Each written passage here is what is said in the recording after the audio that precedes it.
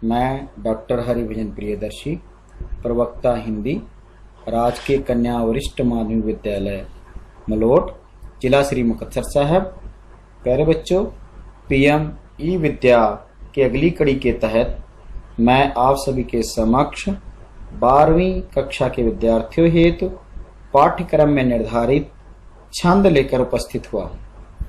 प्यारे बच्चों, आज हम सभी छंद की व्युत्पत्ति, छंद के आवश्यक अंग, छंद के प्रकार और पाठ्यक्रम में जितने छंद निर्धारित हैं उन सभी को करने का प्रयास करेंगे और अच्छी तरह से समझेंगे।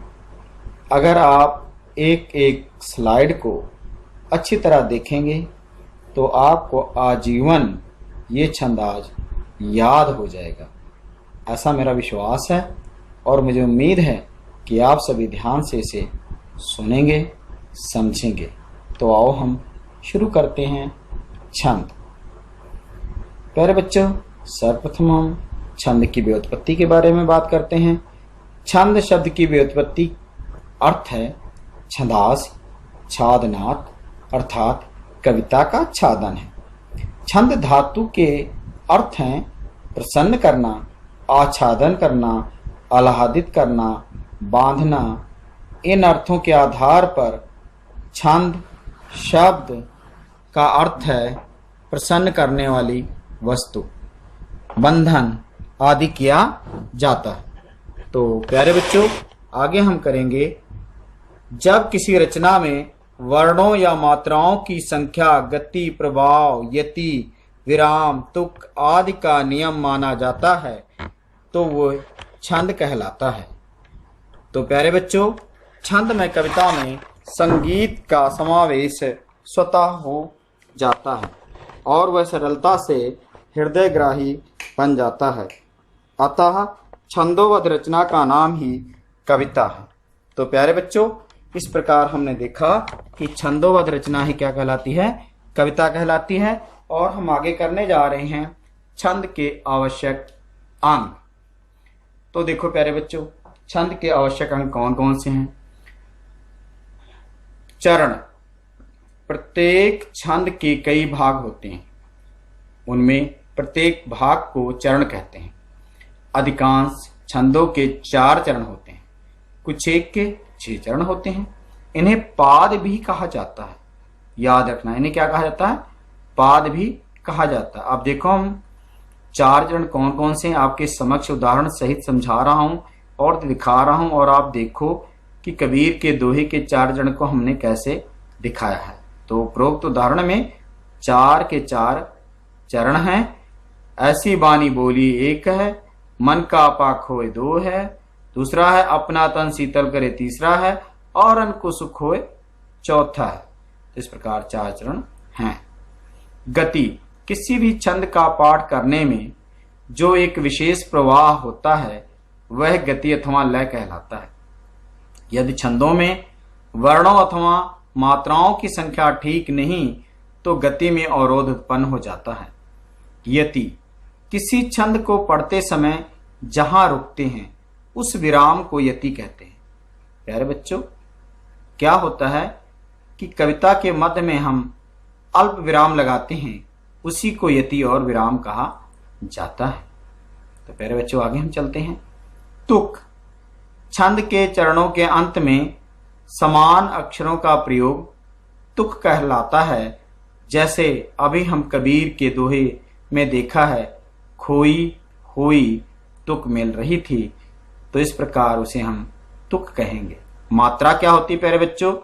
वर्णों के उच्चारण में लगने वाला समय मात्रा कहलाता है। मात्रा स्वरों की गिनी जाती है, व्यंजनों की नहीं। प्यारे बच्चों, हम करेंगे क्रमवार मात्रा का सविस्तार। आप अच्छी तरह से समझोगे और आपकी समझ में आ जाएगा। उच्चारण में एक मात्रा का समय लगे उसे हम लघु कहते हैं, लघु मात्रा, अथवा हर स्वर लघु होते हैं।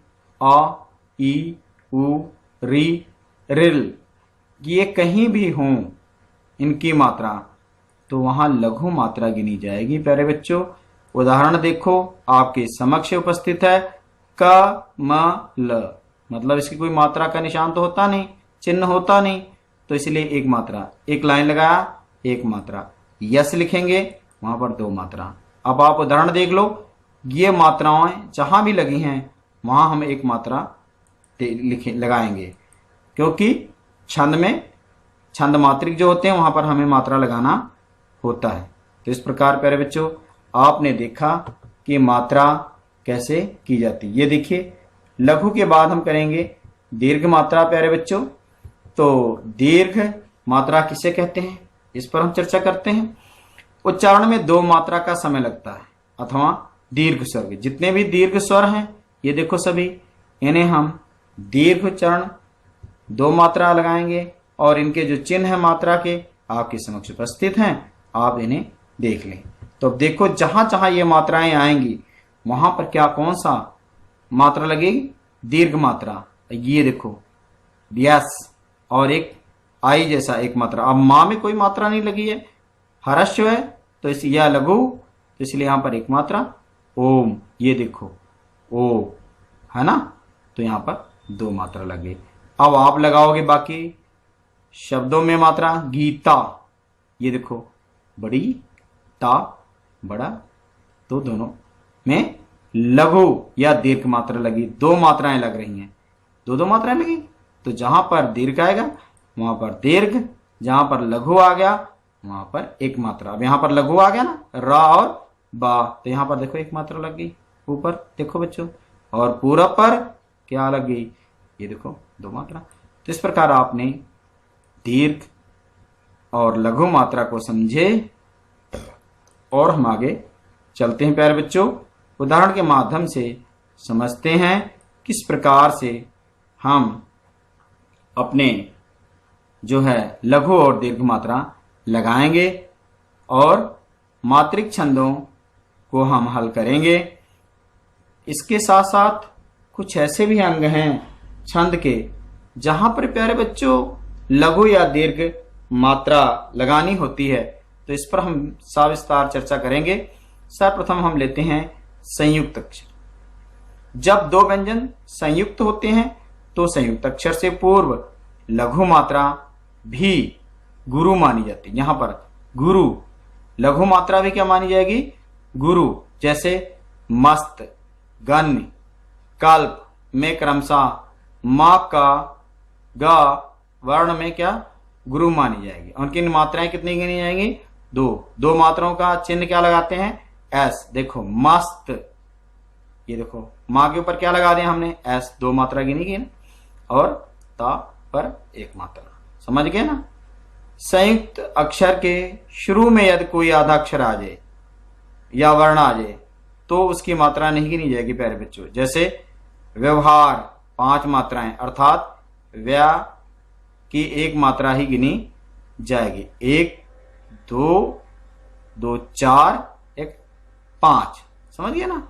चलो अनुस्वार, जिन वर्णों में अनुस्वर का चिन्ह होता है वह भी गुरु माने जाते हैं। जैसे दंड, गंगा, दा और गा को गुरु माना जाएगा। हलंत, जिस वर्ण के नीचे हलंत लगा होगा उसकी मात्रा गणना नहीं की जाएगी। जैसे राजन शब्द में 3 मात्राएं ही गिनी जाएंगी। रा पर कितनी मात्रा बेटा, 2, जा पर 1 और ना पर कोई मात्रा ही लगाएंगे तो कितनी मात्राएं होगी, 2 और 1 3। विसर्ग, जिन वर्णों के बाद विसर्ग प्रयुक्त होता है वे गुरु माने जाते हैं। जैसे प्रातः, दुख, ता गुरु माना जाएगा, दुख, दा गुरु माना जाएगा। अनुनासिक, जिन वर्णों पर चंद बिंदु होता है वह लघु ही माने जाते। जैसे हास, या दीर्घ वर्णों पर घूंघट चंद बिंदु होगा तो वह गुरु माने जाएंगे। अब हम अलग अलग चार्ट के माध्यम से समझो, इसको ध्यान रखना। प्रारंभिक में लघु, अगर आ गया संयुक्त अक्षर प्रारंभिक में तो लघु होगा, मध्य में आया तो गुरु होगा। अनुस्वार के बारे में समझे, गंगा बीच में आ गया, जहां पर भी आ गया वहां पर क्या एस लघु नहीं दीर्घ, और यहां ये दीर्घ हो गया, और यहां पर कोई मात्रा नहीं लगेगी, इसलिए 3 मात्राएं हैं। अनुनासिक पर प्यारे बच्चों वो भी लघु। ये देखो दीर्घ वर्ण घूंघट गुरु, विसर्ग गुरु, अतः विसर्ग आ गया इसलिए गुरु। छंद के भेद प्यारे बच्चों, छंद कितने प्रकार के होते हैं? वैसे आम तौर पर या मुख्य तौर पर छंद 3 प्रकार के होते हैं, मात्रिक, वर्णिक और मुक्तक। इन सभी छंदों के बारे में हम सविस्तार चर्चा करेंगे प्यारे बच्चों, और समझेंगे भी। मात्रिक छंद भी पढ़ेंगे, वर्णिक छंद भी पढ़ेंगे, जो अपने पाठ्यक्रम में निर्धारित हैं। अब आ गया गण क्या होते हैं। 3 लघु या गुरु वर्णों के समूह को गण कहते हैं। 3 लघु या गुरु के वर्णों के समूह गण कहते हैं। वर्णिक गण संख्या 8 होती हैं। इसके हेतु निम्नलिखित सूत्र है प्यारे बच्चों, आप सभी ने पढ़ा नहीं लेकिन अब पढ़ोगे। यमाता राज भानस सल ग म, तो इसलिए हम इसको सविस्तार देखते हैं एक एक करके। यमाता राज भानस सलगा। गण स्वरूप लक्षण क्या है इसके बारे में पढ़ेंगे हम। उसका स्वरूप क्या है, कैसे बना, इसके बारे में हम चर्चा करते हैं। यगन यमाता एक आदि लघु, बाकी सभी गुरु हैं। दूसरा मगन मतारा, अब मात्रा लगाना आप सीख रहे हो। सर्व गुरु हैं, सभी गुरु हैं। देख लो प्यारे बच्चों, मात्रा आप लगा रहे हो, अब मैं नहीं। अब यहां पर क्या है, लघु लघु गुरु गुरु और एक लघु, अंत लघु। तगण हो गया, रगण राज भा, मध्य लघु आ गया, है ना। देखो बीच में लघु आ गया, बाकी सभी दीर्घ हैं।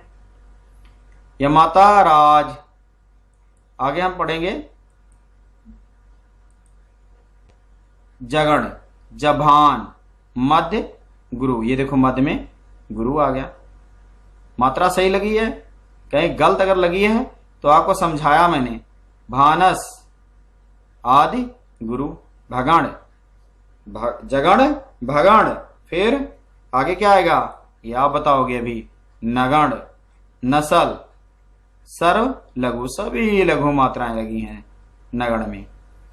उसके बाद आएगा सगण सलगा, अंत गुरु। तो प्यारे बच्चों, यह माता राज भानस लगा हमने पढ़ लिया सूत्र, और इस सूत्र से हम सभी कुछ बना लेंगे। जितने भी यगण मगड़ तगण भगण नगण सभी बनाएंगे प्यारे बच्चों। अब यहां पर उदाहरण है दोहा की। कहत सबे बेंदी दिए अंक 10 गुनो होत, तिये लिलार बेंदी दिए अग्नित बढ़त उदोत। इस पर आप चिन्ह लगाओगे, मैंने कोई मात्रा नहीं लगाई है, ये आपका फर्ज है। अब हम पढ़ेंगे दोहा। दोहा क्या है, अब यहां पर देखो मात्राएं लगी हैं ना, तो दोहा मात्रिक छंद होगा। लेकिन मैं सभी पेज को पूरी तरह ओपन कर लूं, फिर हम पढ़ते हैं। दोहा 4 चरणों का एक मात्रिक छंद है, 1 2 3 4। इसके पहले और तीसरे चरण में 13-13 मात्राएं होती हैं। पहला चरण, ये दूसरा चरण, ये तीसरा चरण। इन दोनों में पहले और तीसरे में 13-13, आपके देखो ये सामने 13-13 मात्राएं। दूसरे और चौथे में 11-11 मात्राएं, ये देखो 11-11 मात्राएं। सम चरणों के अंत में गुरु लघु आने जरूरी है। गुरु या लघु ये आने जरूरी है। देखो यहां पर दोनों क्या आ गए, लघु आ गए, और यहां पर दोनों गुरु आ गए, ये आना जरूरी है। चलो प्यारे बच्चों, हम अब कहत सबे बेंदी दी, अभी दोहा का उदाहरण किया था ना, अंक 10 गुना होते, यहां पर लगाओ।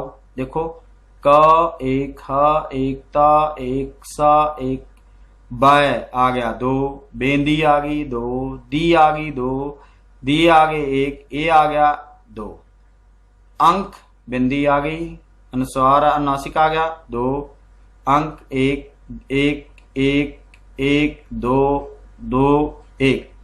इस प्रकार ये सभी मात्राएं हमने लगा दी हैं।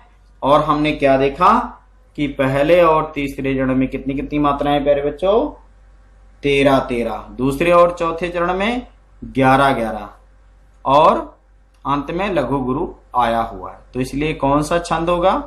दोहा छंद। स्पष्टीकरण देते हैं।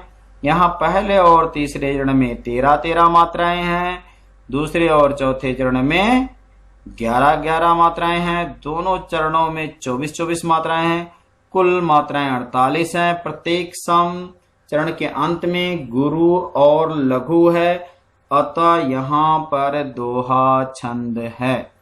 ये जरूर लिखना है पेपर में, तभी पूरे अंक मिलेंगे। ये मैंने बड़ी मेहनत करके आपके लिए बनाया है, आपको अच्छी तरह से दोहा समझ में आ गया होगा, मुझे पूरी उम्मीद है।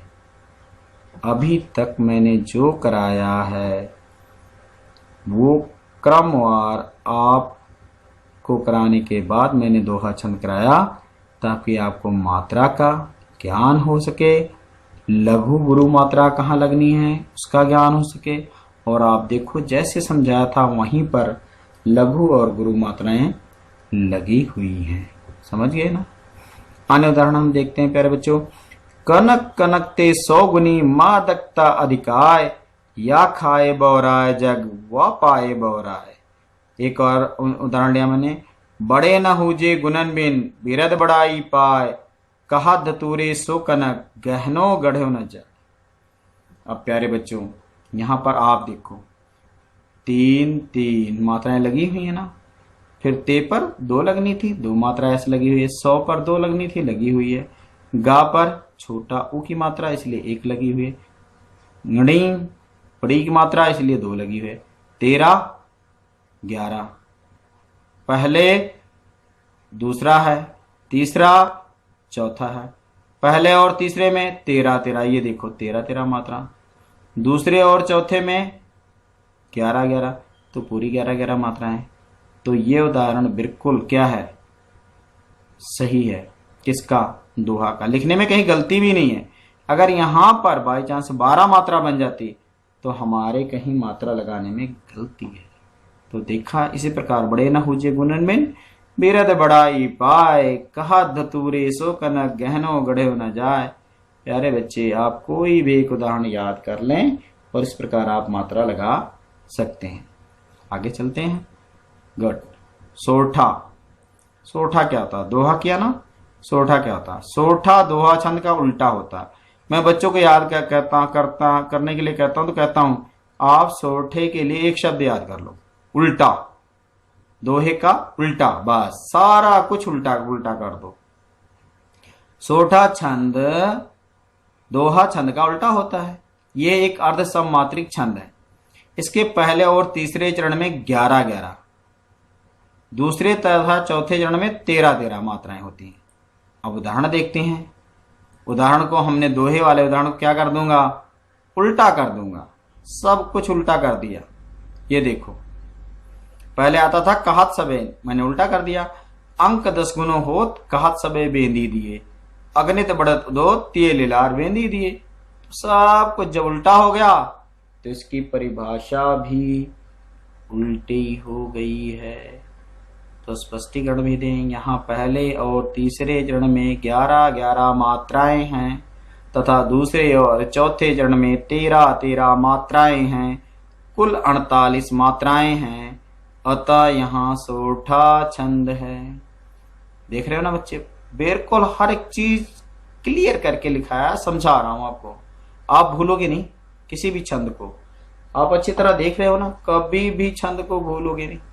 आगे हम चलते हैं। सोठा के बाद चौपाई। चौपाई देख लेते हैं क्या होती है। चौपाई 4 चरणों का एक सममात्रिक छंद है। प्रत्येक चरण में 16-16 मात्राएं होती हैं। कितनी कितनी? सममात्रिक। सम मतलब बराबर मात्राएं होंगी, इसीलिए तो प्रत्येक चरण में कितनी कितनी मात्राएं हैं? 16-16। मैं बच्चों को क्या कहता हूं? चौपाई 4 चरण, 4 गुना 4 16। तो आप याद रखो 4 गुना 4 चरण, 4 गुना 4 16-16 मात्राएं चारों चरण में। तो चारों चरण में ये 16 मात्रा हो गई हर चरण में, तो 16 चौके 64। कुल कितनी मात्राएं? 64 मात्राएं होती हैं। पहले, दूसरे, तीसरे, चौथे चरणों के अंतिम शब्दों की तुक मिलती है। तुक मिलना बहुत जरूरी है और मिलती भी है। अंत में दो गुरु होने से लय और भी सुंदर, अगर दो गुरु आ जाए ना तो लय सुंदर हो जाती है। अब हम पढ़ते हैं, अंत में जगण तथा तगण नहीं होते। जैसे हम पढ़ते हैं अभी देखो, राम राज्य बैठे त्रैलोका, हर्षित भये गए सब शोका, बैर न करे काहू सन कोई, राम प्रताप विषमता खोई, राम प्रताप विषमता खोई। प्यारे बच्चों देखो, प्रत्येक चरण में 16 16 16 16 मात्राएं। अंतिम बात कही गई से अंत में दो गुरु होने से, ये देखो त्रैलोक का तेसोक का तुक मिल गई ना, कोई खोई, तो क्यों चौपाई छंद याद होगी ना। स्पष्टीकरण देते हैं हम, ऐसी कोई बात नहीं, बताते भी। उपरोक्त उदाहरण में चारों चरण में 16 16 मात्राएं हैं और तुक भी मिलती है तथा अंत में दो गुरु भी हैं, अतः ये चौपाई छंद है। समझ आ गया ना चौपाई छंद। हम और उदाहरण देखते हैं चौपाई की, जिस प्रकार दोहे की देखे थे। ये तो जरूर आपने पढ़ी होगी जो मैं अब उदाहरण देने जा रहा हूं, पक्का। क्यों, समझ आ रहा? देख रहे हो, जो हनुमान के भगत हैं वो इसका उच्चारण जरूर करते हैं। आगे देखो, अब मैं पढ़ता हूं प्यारे बच्चों। जय हनुमान ज्ञान गुण सागर, जय कपीश तिहु लोक उजागर, रामदूत तुलित बलिधामा, अंजन पुत्र पवन सुत नामा। क्या बात है, कितनी अच्छी पंक्तियां हैं, बार बार पढ़ने का मन करता है। तो आप तो हनुमान चालीसा अगर पढ़ रहे हो तो आप चौपाई पढ़ रहे हो, और इस प्रकार आपको याद करने की भी जरूरत नहीं, बस लिखने की जरूरत है। क्या लिखने की जरूरत है? जय हनुमान ज्ञान गुण सागर, जय कपीस तिहु लोक उजागर, रामदूत तुलित बलिधामा, अंजन पुत्र पवन सुत नामा। तो देखो प्यारे बच्चों, प्रत्येक चरण में 16 16 मात्राएं हैं। अंत में देखो यहाँ लघु आ गया तो यहाँ पर भी लघु आया, यहाँ पर क्या आया? गुरु आया, तो यहाँ पर भी गुरु आया, तो इसलिए लयबद्ध है। तो इसे हम कहते हैं चौपाई छंद। आगे हम करते हैं कवित। कवित आ गया बेटा वर्णिक छंदों में, हम पढ़ेंगे कवित छंद भी, कोई बात नहीं, अच्छी तरह पढ़ना, ध्यान से देखना, आपको समझ आ जाएगा। इस मुक्तक वर्णिक कवित छंद के प्रत्येक चरण में 31 वर्ण होते हैं। कितने वर्ण होते हैं कवित में? 31 वर्ण होते हैं। 8 8 8 7 अथवा 16 तथा 15 वर्णों पर यति कौमा होती है। अंत में गुरु वर्ण होता है, याद रखना, अंत में क्या होता है? गुरु वर्ण होता है। हम उदाहरण देखते हैं प्यारे बच्चों। अब देखो ध्यान से, अभी मैं पढ़ता हूं, चिंता ना करो। अपनी परिभाषा जो बताई है ये कवित की, इसको भी साबित करूंगा कि ये सही है। आप देखो पहले परिभाषा, फिर मैं परिभाषा पढ़ता हूं। चलो, लास्ट लाइन, अंतिम लाइन आ रही है आपके सामने। चलो, जोगी जति ब्रह्मचारी, बड़े बड़े छत्रधारी, छत्र ही की छाया कई कोस लो चलत हैं, बड़े बड़े राजन के ताबत फिरत देश, बड़े बड़े राजन के दर्प को दलत हैं। तो ये है हमारे पाठ्यक्रम में एक निर्धारित है, कौन कवि यह महोदय हैं, कौन है वो? यह अपने गुरु गोविंद सिंह, वहां से ली गई पंक्तियां हैं। और जो परिभाषा है कवित्व की, उसमें देखते हैं सटीक बैठती कि नहीं। देखो 16 और 15 वर्णों पर यति होनी चाहिए, या 8 8 8 7 पर। अब हम गिनते हैं। यहाँ पर अभी मैंने पहले क्या गिना था प्यारे बच्चों? मात्रिक छंदों में मात्राएं। अब यहाँ वर्णिक छंद है इसलिए वर्ण गिनेंगे। गिनो फिर 1 2 3 4 5 6 7 8, 8 हो गया। 8 पर देखो यति आ गई, 2 4 6 8, फिर 8 8 8, 2 3 4 5 6 7 8, फिर 8 पर यति आ गई, फिर 9 10 11 12 13 14 15, यहाँ 15। तो यहाँ पर आया 16 वर्ण, यहाँ पर आया 15 वर्ण। 8 8 8 7, देखो 8 फिर 8 फिर 8 फिर 7, मतलब देख रहे हो 8 8 7। इसी प्रकार 16 15 16 15 पर क्या है पूर्ण विराम। तो स्पष्टीकरण में देखते हैं, यहाँ प्रत्येक चरण में 31 वर्ण है। 15 16 31, 15 16 15 16 15 31, 16 15 31, 16 तथा 15 वर्णों पर यति है और अंत में गुरु वर्ण है, अतः ये कवित्व छंद है। देख लो प्यारे बच्चों, अंत में क्या है, सभी जगह पर क्या है, गुरु है। ये देखो, तो इसीलिए यहाँ पर कौन सा है प्यारे बच्चों, कवित्व छंद है। अगला हम करते हैं अंतिम और लास्ट सवैया। ये है वर्णिक छंद है, सवैया भी एक वर्णिक छंद है। 22 से लेकर 26 वर्णों के समवर्णिक छंदों को सवैया कहते हैं। इसके 6 वेद हैं, मदिरा, मतगंध, किरीट, दुर्मिल, सुंदरी, कुंदलता। चलो मतगंध सवैया का उदाहरण हम देखेंगे यहाँ पर बच्चों, परिभाषा भी देखेंगे, आप इसको याद रखोगे। इस सवैया छंद के प्रत्येक चरण में 7 भगन और 2 गुरु के क्रम में 23 वर्ण होते हैं। 22 से लेकर कितने, 26 वर्ण। लेकिन हमने क्या देखना, मतगंध देख रहे हैं, इसलिए 23 वर्ण। चलो प्यारे बच्चों उदाहरण देखते हैं। ये उदाहरण है आपके समक्ष, देख लिए। गुड, पंक्तियां आगे देखो और सभी में गिनो आप लोग 23 वर्ण है या नहीं। काम न क्रोध न लोभ न मोह न रोग न शोग न भोग न भय है, देहि विहीन सने सबो तन ने विरक्कत अगे अच्छे है। 1 2 3 4 5 6 7 8 9 10 11 12 13 14 15 16 17 18 19 20 21 22 23। लो जी 23 वर्ण आगे भाई, ठीक है। 1 2 3 4 5 6 7 8 9 10 11 12 13 14 15 16 17 18 19 20 21 22 23। 23 वर्ण इसमें भी प्यारे बच्चों। तो दोनों पंक्तियों में 23 वर्ण है। तो ये कौन सा है सवैया, हमने क्या बताया था। अन्य उदाहरण भी देखते हैं हम।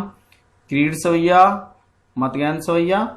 अब इसमें 24 वर्ण होते हैं। किसके, क्रीड सवैया का उदाहरण लेते हैं हम, इसमें 24 वर्ण होते हैं। हम गिनेंगे प्यारे बच्चों, आपको अभी गिन कर भी दिखाया था हमने, ठीक है। तो हम गिनेंगे, आप गिनो। यहाँ पर ये 11वीं कक्षा के पाठ्यक्रम में आपने पढ़कर आए हो।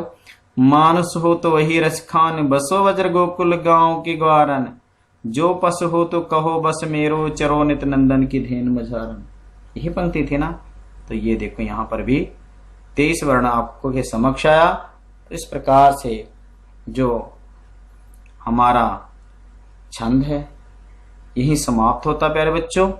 और मुझे पूरी उम्मीद है कि आपको आज दोहा, चौपाई, सोरठा, कवित्त, सवैया सभी छंद अच्छी तरह से समझ में आ गया होगा और आप आजीवन इसको नहीं भूलेंगे। हम आगे पुनः आपसे नए विषय के साथ मिलेंगे। आपका हार्दिक धन्यवाद करते हुए आप सभी से मैं विदा चाहता हूं। धन्यवाद।